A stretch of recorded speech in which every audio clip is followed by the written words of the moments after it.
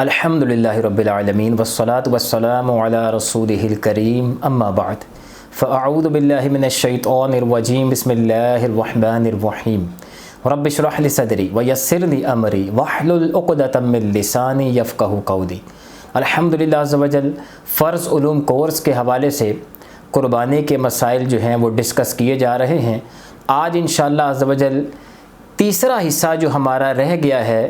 یعنی قربانی کے جانور کو ذبح کرنے اور اس کے بعد اس کے گوشت اور کھال وغیرہ کے حوالے سے کیا مسائل ہیں، انشاءاللہ اس کو ڈسکس کریں گے۔ اللہ عز و جل سے دعا ہے کہ اللہ تعالی ہمیں علم دین سیکھنے، اس پر عمل کرنے، آگے پہنچانے کی توفیق عطا فرمائے۔ سب سے پہلے حصول برکت کے لیے ایک حدیث پاک جو ہے وہ سماعت کر لیتے ہیں۔ حضرت شداد بن اوس رضی اللہ تعالی عنہ سے روایت ہے کہ رسول اللہ صلی اللہ علیہ وسلم نے ارشاد فرمایا کہ اللہ تعالیٰ نے ہر چیز میں خوبی کرنا لکھ دیا ہے، لہٰذا قتل کرو تو اس میں بھی خوبی کا لحاظ رکھو، یعنی بے سبب اس کو ایذا مت پہنچاؤ۔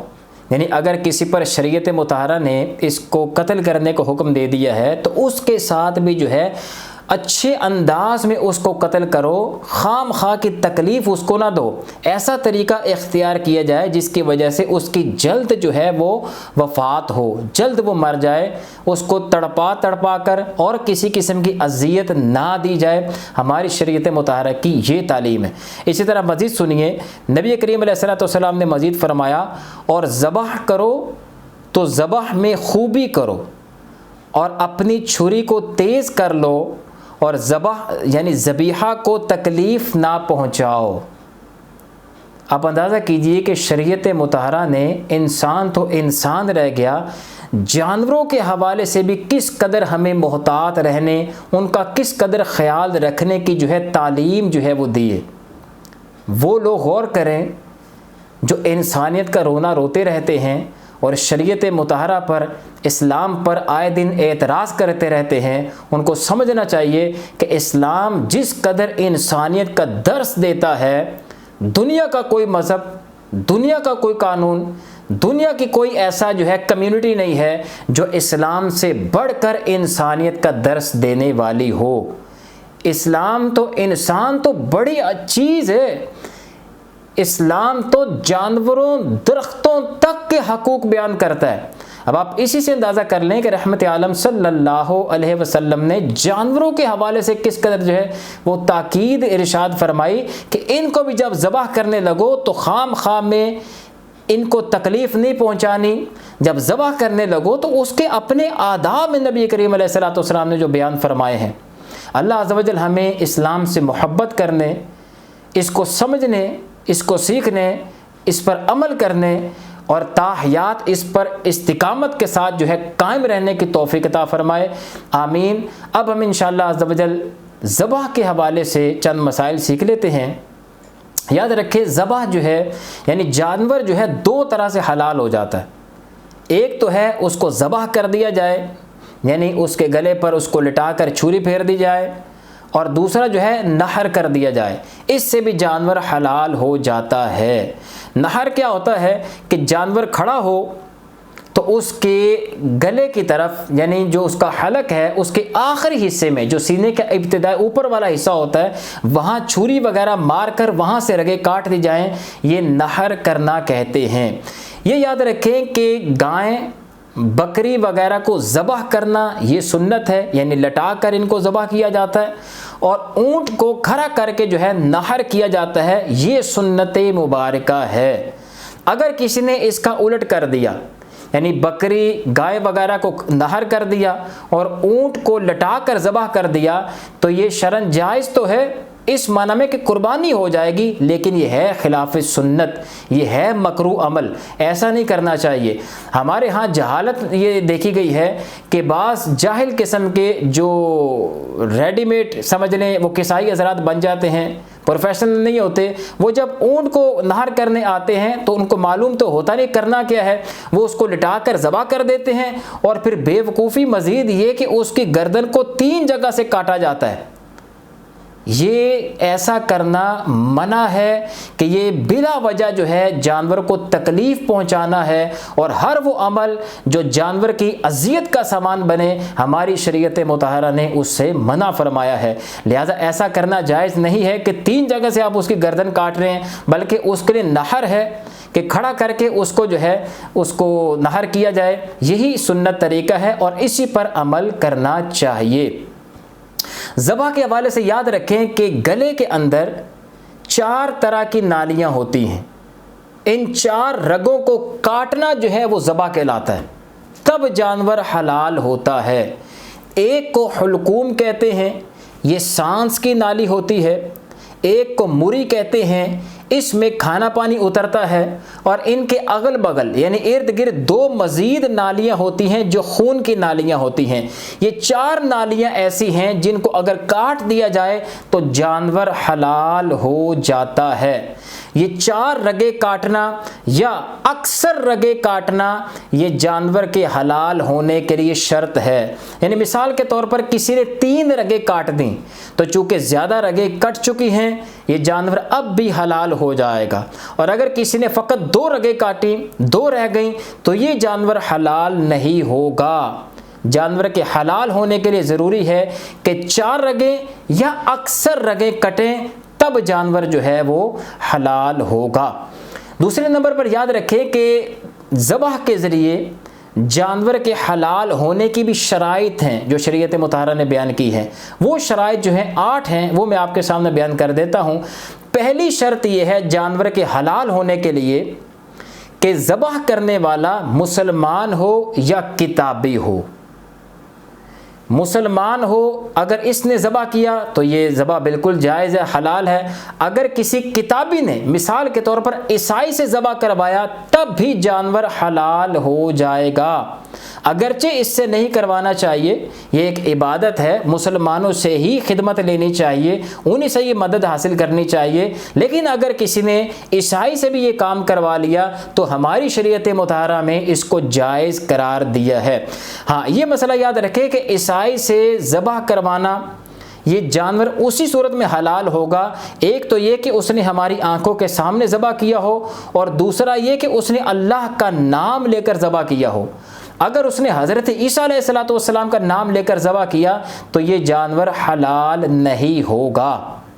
پہلی شرط ہے مسلمان ہونا یا کتابی ہونا، اس میں عورت اور مرد کی کوئی قید نہیں ہے۔ جس طرح مرد قربانی کر سکتا ہے، اگر عورت قربانی کرنا جانتی ہے اور اگر عورت نے قربانی کر دی تب بھی قربانی جائز ہے۔ دوسری شرط ہے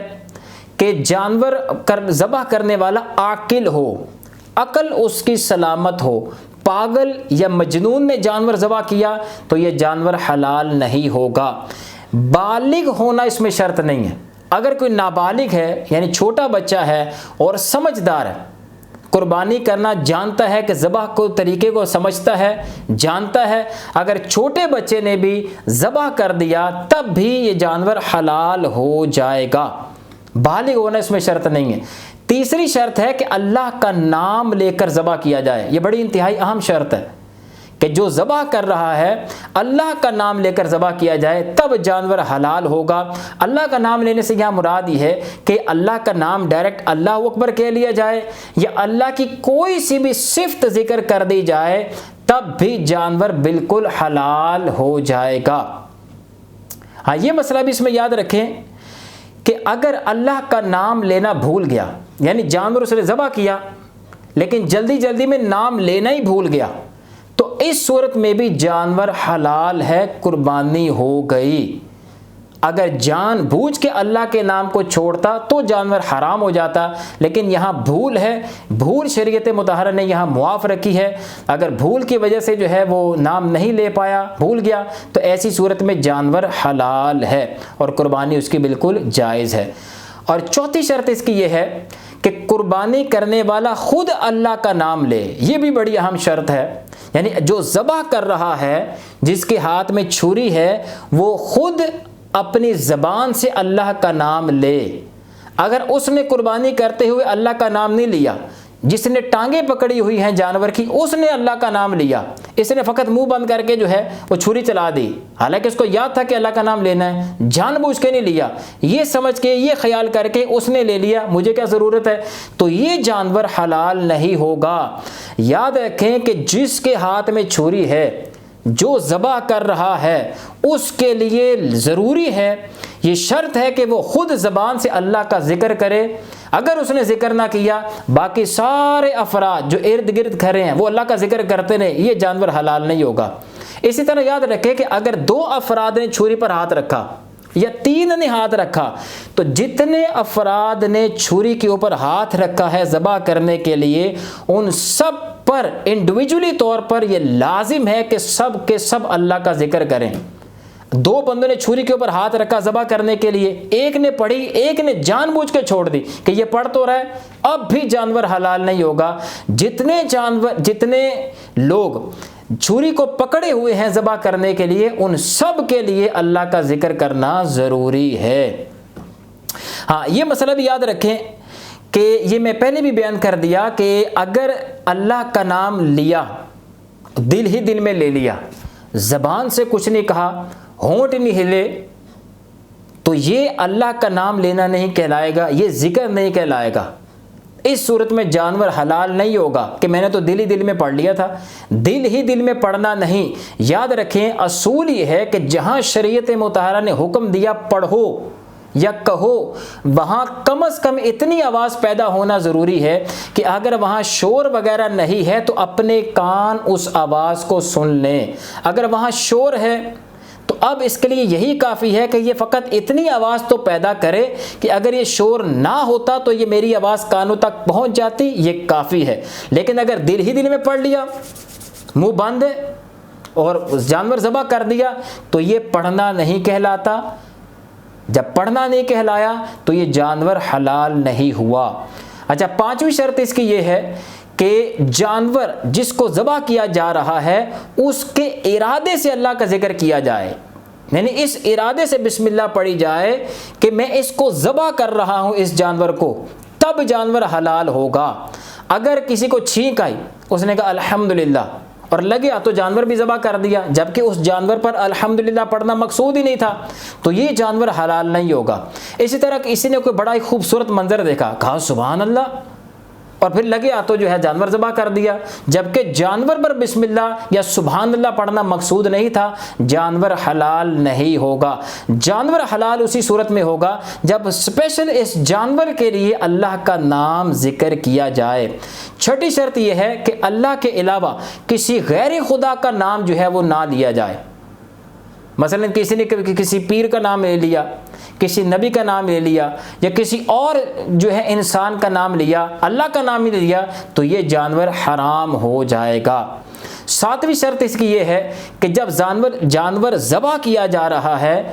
تو اس وقت جانور زندہ ہو۔ اگر مرے ہوئے جانور کو ذبح کرنے کی کوشش کی جا رہی ہے، اگرچہ آپ اللہ کا نام لیتے رہیں، وہ تو مردار ہے، اس طرح وہ حلال نہیں ہوگا۔ لہٰذا جانور اسی صورت میں حلال ہوگا ذبح کے ذریعے کہ جب وہ جانور زندہ ہو۔ اور آخری 8ویں شرط یہ ہے کہ جانور جس کو ذبح کیا جا رہا ہے اس کی کم از کم 4 رگیں جو ہیں جو کاٹی جاتی ہیں وہ کٹیں یا اکثر کٹ جائیں۔ جیسے میں نے پہلے بیان کیا، کم از کم 3 تو کٹیں، تب جانور جو ہے وہ ذبح کے ذریعے حلال ہوگا۔ اگر ان شرائط میں سے کوئی شرط بھی نہ پائی گئی تو جانور اس صورت میں حلال نہیں ہوگا۔ اب اس میں یہ مسئلہ یاد رکھیں کہ اس کا سنت طریقہ کیا ہے ذبح کرنے کا۔ تو اس میں پہلے دیکھیں کہ سب سے پہلے یہ ہوتا ہے کہ جانور کو بھوکا پیاسا ذبح نہ کیا جائے، بلکہ اس کو کچھ پہلے کھلا پلا دیا جائے، اور اس کے ساتھ دوسرے نمبر پر یہ کہ اس کو گھسیٹ کر قربان گاہ تک لانا یا کسی بھی قسم کا اس کو اذیت پہنچانا، تکلیف پہنچانا، اس کی شرعاً اجازت نہیں ہے۔ اگر کسی نے ایسے افعال کیے جس سے جانور کو بلا عذر اس نے جو ہے وہ تکلیف پہنچائی تو یہ تمام اعمال جو ہے مکروہ ہیں۔ اور تیسرے نمبر پر پھر یہ ہے کہ جب جانور کو اب آپ ذبح کرنے لگے ہیں تو اس کو لٹائیں کس انداز میں، کس طرف اس کا رخ ہونا چاہیے، اس کو سمجھ لیں کہ ہم جانتے ہیں کہ سورج جو ہے مشرق کی طرف سے نکلتا ہے اور مغرب کی طرف غروب ہوتا ہے، ہمارے یہاں پاکستان کے حوالے سے اگر دیکھیں تو مغرب میں کعبہ ہے، مثال کے طور پر اس طرف کعبہ ہے، اس طرف مشرق ہے، اس طرف مغرب ہے۔ اب جانور کو لٹائیں کس انداز میں؟ تو اب لٹائیں گے اس انداز میں کہ جانور کا رخ جو ہے، منہ جو ہے یہ جنوب کی طرف کریں گے، اس کی دم جو ہے وہ شمال کی طرف کریں گے، یعنی اس رخ جانور کو کھڑا کریں گے۔ اگر اس کو کھڑا کریں تو منہ اس طرف ہوگا، دم اس طرف ہوگی، کعبہ اس طرف ہے۔ اب جانور کو الٹی سائڈ پہ لٹائیں گے۔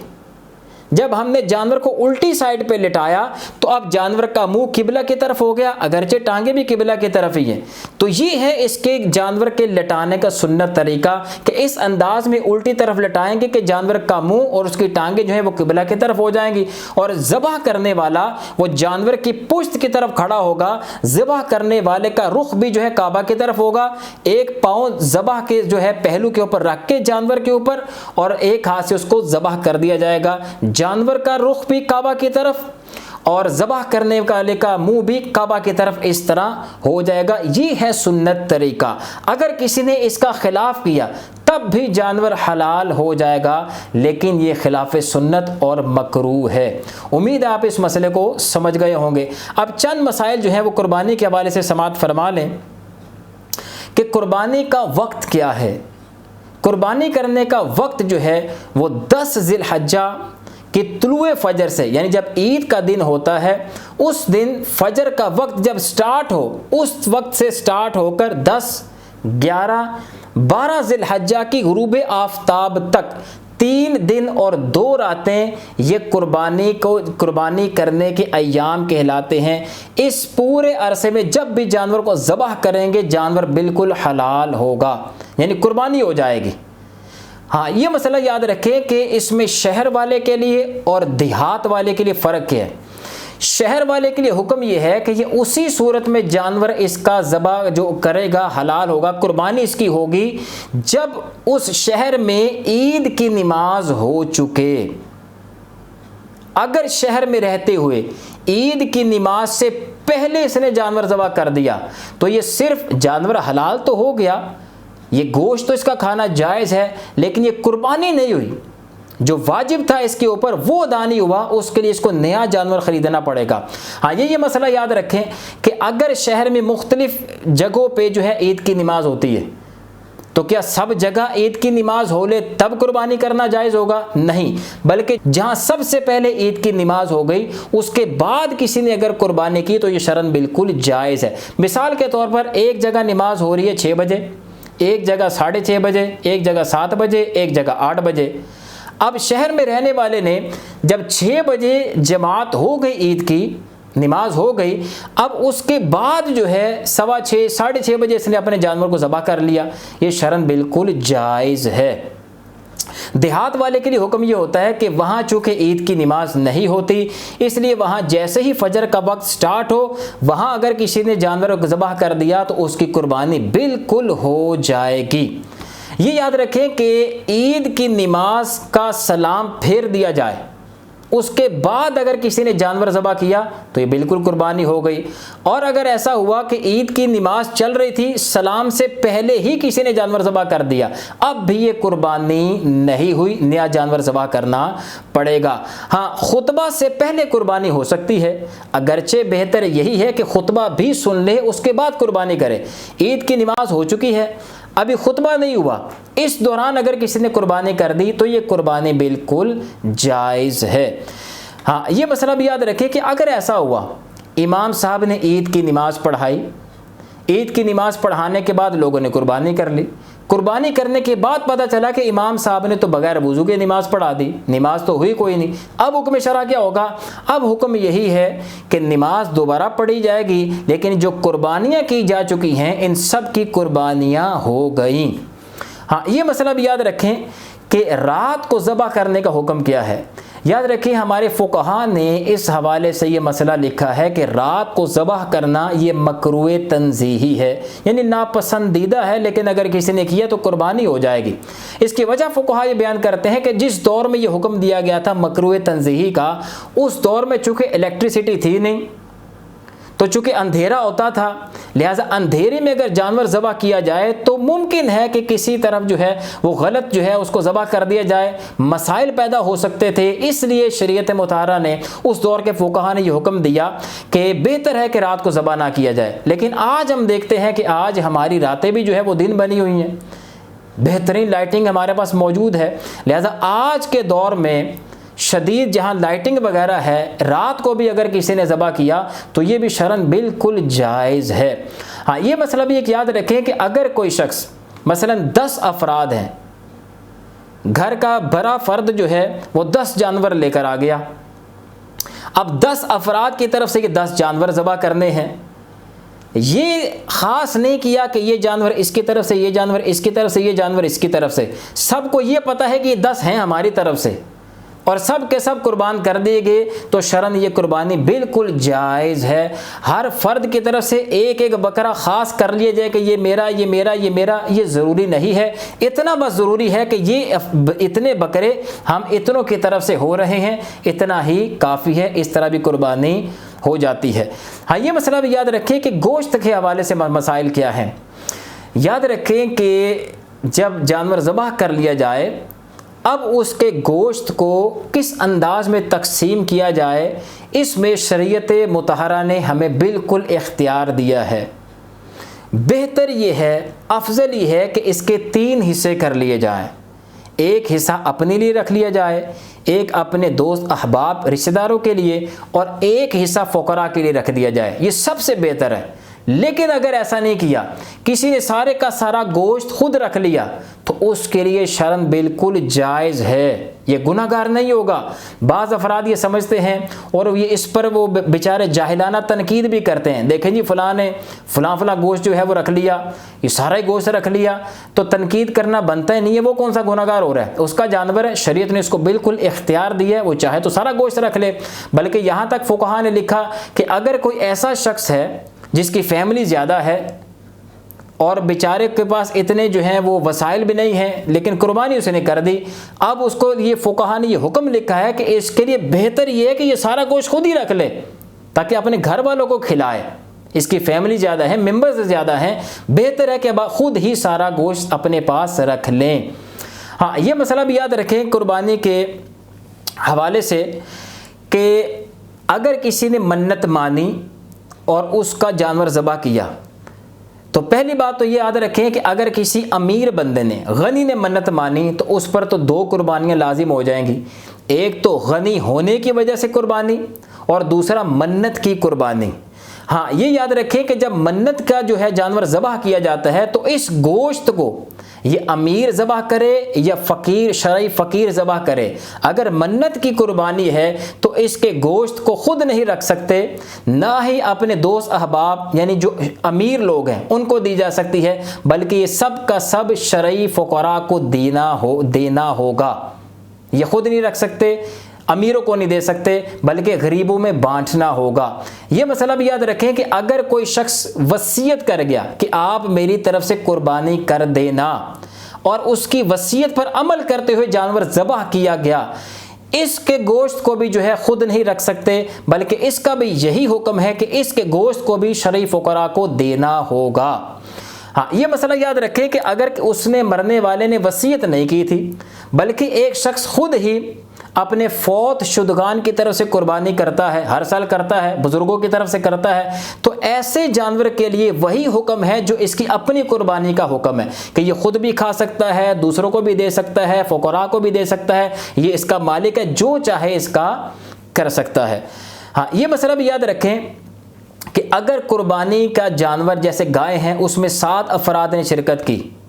تو اب ان پر لازم ہے کہ جب یہ گوشت آپ اس میں تقسیم کریں گے تو برابر وزن کر کے تقسیم کیا جائے گا،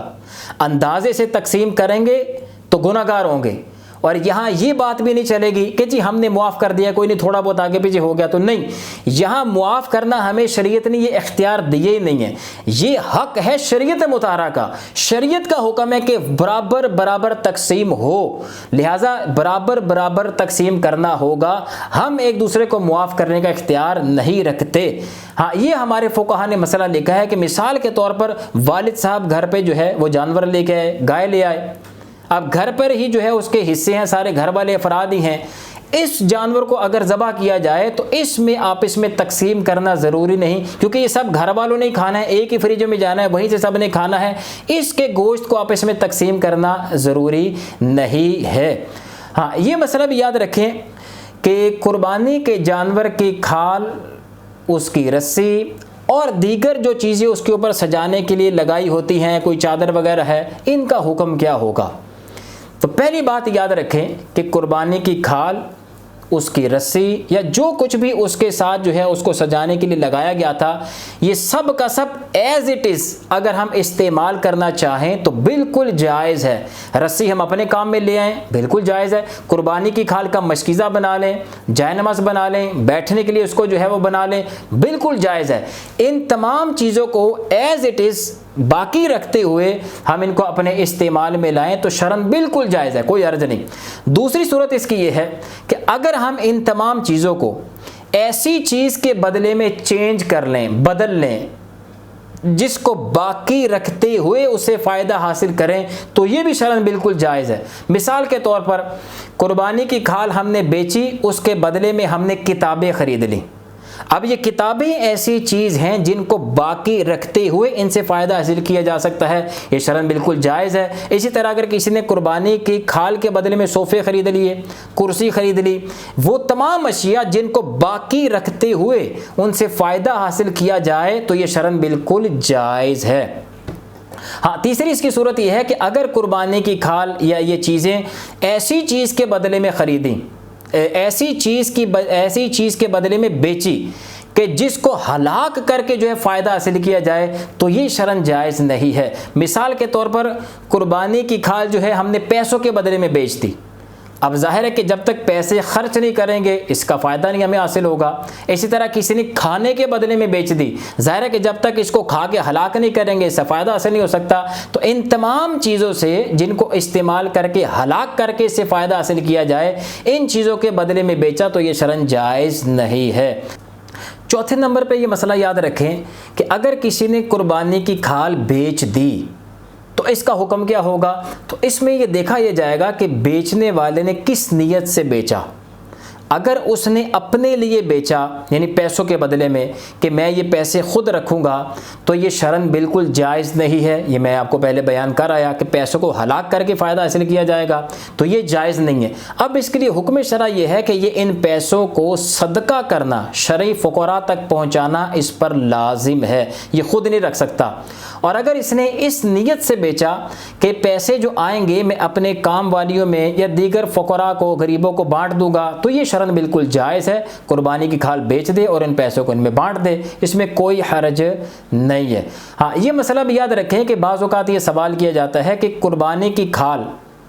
کس کو دے سکتے ہیں؟ کیا ڈائریکٹ مسجد کو لگا سکتے ہیں، اس کو دے سکتے ہیں؟ تو یاد رکھیں کہ قربانی کی کھال کا جو دینا ہے یہ ایک نفلی صدقہ ہے، نفلی صدقہ ہے۔ یہ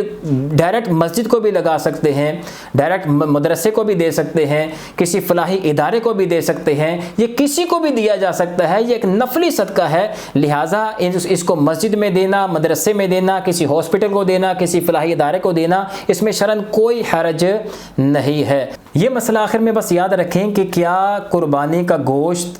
جو کام کرنے والیاں گھر پہ عام طور پر عیسائی وغیرہ ہوتے ہیں ان کو دے سکتے ہیں کہ نہیں دے سکتے؟ تو یاد رکھیں اس حوالے سے ہمارے فقہا کا اختلاف ہے۔ جیسا کہ بہار شریعت میں یہ لکھا ہے کہ غیر مسلم کو قربانی کا گوشت نہ دیا جائے، جبکہ مفتی محمد اکمل صاحب دامت برکاتہم العالیہ آپ نے اسی طرح کے سوال کا جواب دیتے ہوئے ارشاد فرمایا کہ جو گھر پہ کام کاج کرنے والی عیسائی خواتین ہوتی ہیں ان کو قربانی کا گوشت دینا بالکل جائز ہے۔ لہٰذا اسی پر حکم ہے کہ اگر کسی کے ہاں عیسائی خواتین کام کرتی ہیں تو ان کو قربانی کا اگر کوئی گوشت دے دیتا ہے تو یہ شرعاً بالکل جائز ہے۔ ہاں یہ نیت ساتھ لازمی کر لیں کہ میں اس نیت سے ان کو دے رہا ہوں یا دے رہی ہوں کہ یہ ہمارے حسن اخلاق سے متاثر ہو کر اسلام کی طرف آئیں، اسلام کی خوبصورتی کو سمجھیں تاکہ ان لوگوں کے سینے میں اسلام کی محبت پیدا ہو۔ تو اس طرح کی اچھی نیتیں بھی ساتھ کر لی جائیں تو انشاءاللہ اس کا فائدہ ہوگا۔ اللہ عز و جل سے دعا ہے کہ اللہ تعالی ہمیں علم دین سیکھنے کی توفیق عطا فرمائے، اور جتنے مسائل ہم نے سیکھے ہیں ان پر عمل کر کے اس کو آگے پہنچانے کی بھی توفیق عطا فرمائے۔ آمین بجاہ النبی الامین صلی اللہ تعالی علیہ وآلہ وسلم۔ Please subscribe this channel and click on bell icon. اگر آپ کے پاس اسلام سے ریلیٹڈ کوئی سوال ہے تو نیچے کمنٹ باکس میں کمنٹ کریں۔ شکریہ۔